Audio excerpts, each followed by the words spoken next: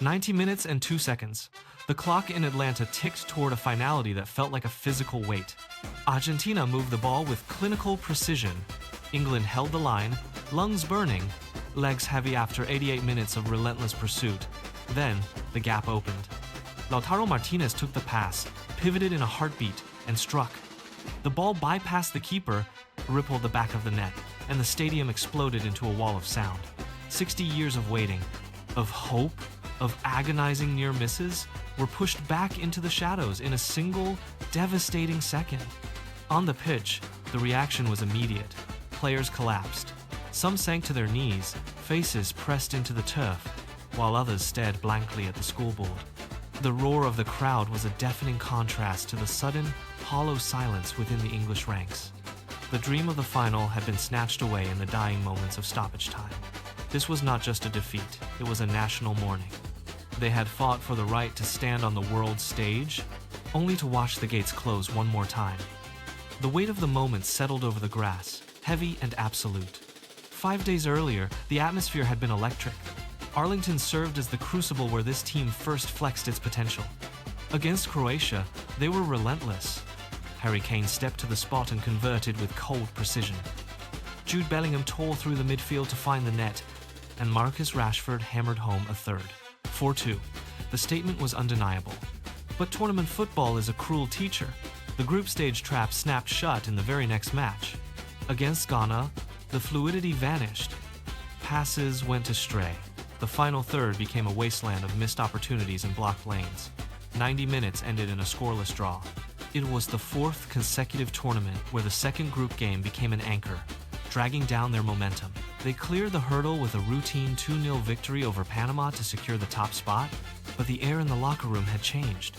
The roadmap to the final was no longer a straight line. It was a jagged, uphill climb against ghosts and giants. Every player sensed the shift. The easy days were gone. The path ahead was now narrow, brutal, and entirely uncertain. The round of 32 brought a wake-up call against DR Congo. Harry Kane stepped up when the rhythm faltered, his clinical double pulling the team back from the brink of an early exit. Then came the true test, Mexico City.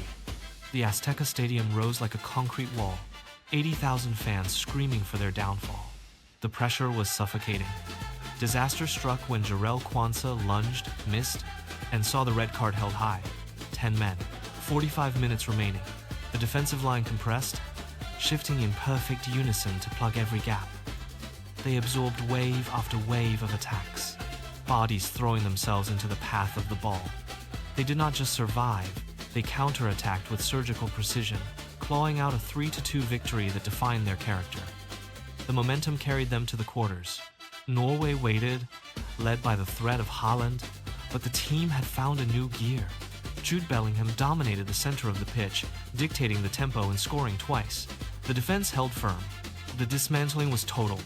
England marched into the Final Four, the weight of the Azteca left behind, replaced by the cold, hard confidence of a team that had stared into the abyss and refused to blink. The semifinal was a collision of titans.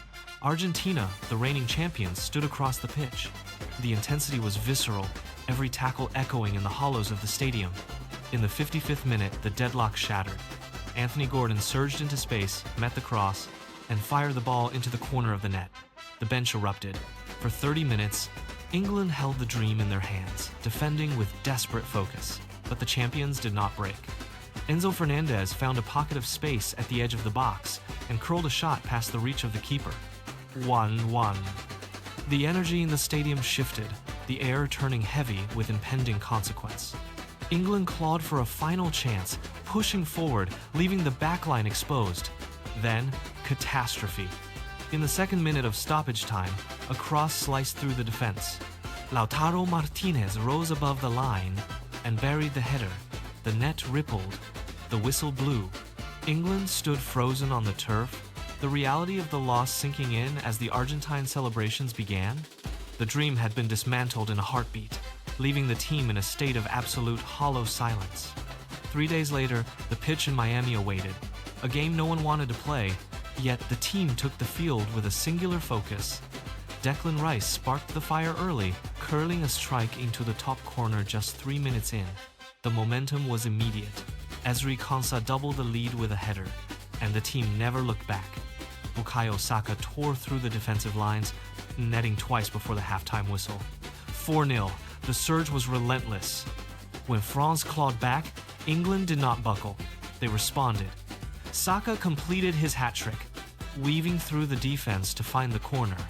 In the dying moments, Jude Bellingham sealed the 6-4 victory with a final decisive strike, a bronze medal. It was the best finish in 60 years. As Spain lifted the trophy, the cameras lingered on the faces of the young core. Bellingham, Saka, and Rice, all barely 25. The long wait since 1966 remained, but as they stood together on the podium, the finish line was finally in sight. The cycle of heartbreak had been broken, replaced by the hard-earned promise of a new generation.